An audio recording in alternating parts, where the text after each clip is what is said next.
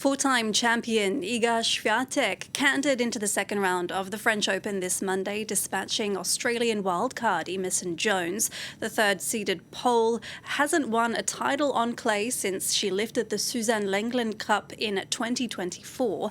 Meanwhile, former French Open champion Stan Wawrinka bowed out of his 21st and final Roland-Garros with a 4-set defeat to Jesper de Jong. Let's get the latest on the tournament with our sports editor James Vasina. James, tell us more about the action on the court this Monday. Hi there. Yes, it's a big goodbye to Stan Wawrinka, as you mentioned there.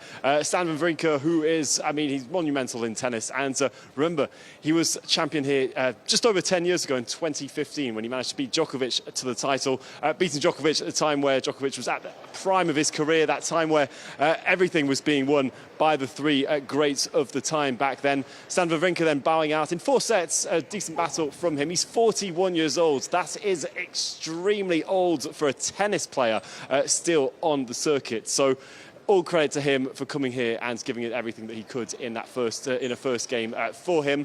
Other than that, on the men's side, no huge surprises. Tiafoe going through in 4 sets. We also had the likes of de Minaur also easily going through, the Australian there. And on the women's side, as you mentioned, Iga Swiatek making nothing over Emerson Jones 6-1, 6-2 was the final result for her. No space for the Brit against her.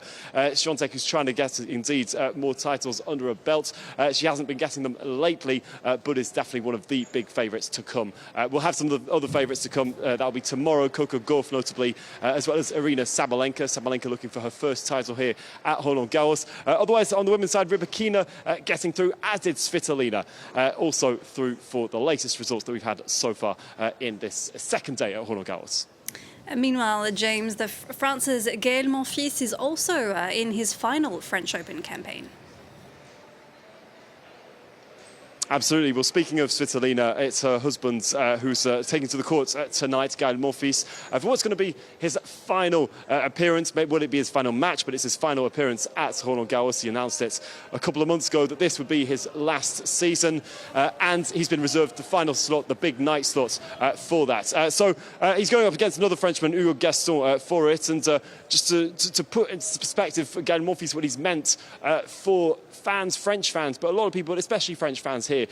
He hasn't actually won a Grand Slam in his career. He hasn't won a Masters either. The closest he got was a semi-final at Roland-Garros. He got another semi-final elsewhere, also in the Grand Slams. But Roland-Garros was the furthest that he got in that result there. He lost to Djokovic. That was in 2008. But despite all that, he's been shown as more than just a sportsman, more than just an athlete. It's someone who's really, really got close to the hearts of many French fans. And when that happens, as has been happening over quite a few, over the last few years, the Musketeers generation, as we know them, who've been leaving one by one, the likes of Gilles Simon, the likes of Wilfried Tsonga as well, we're sure to be living a very emotional game to come tonight. That doesn't mean, though, that it's going to be his final one. Why? Because every time he's played a Frenchman at Roland-Garros, he has won. So let's find out tonight.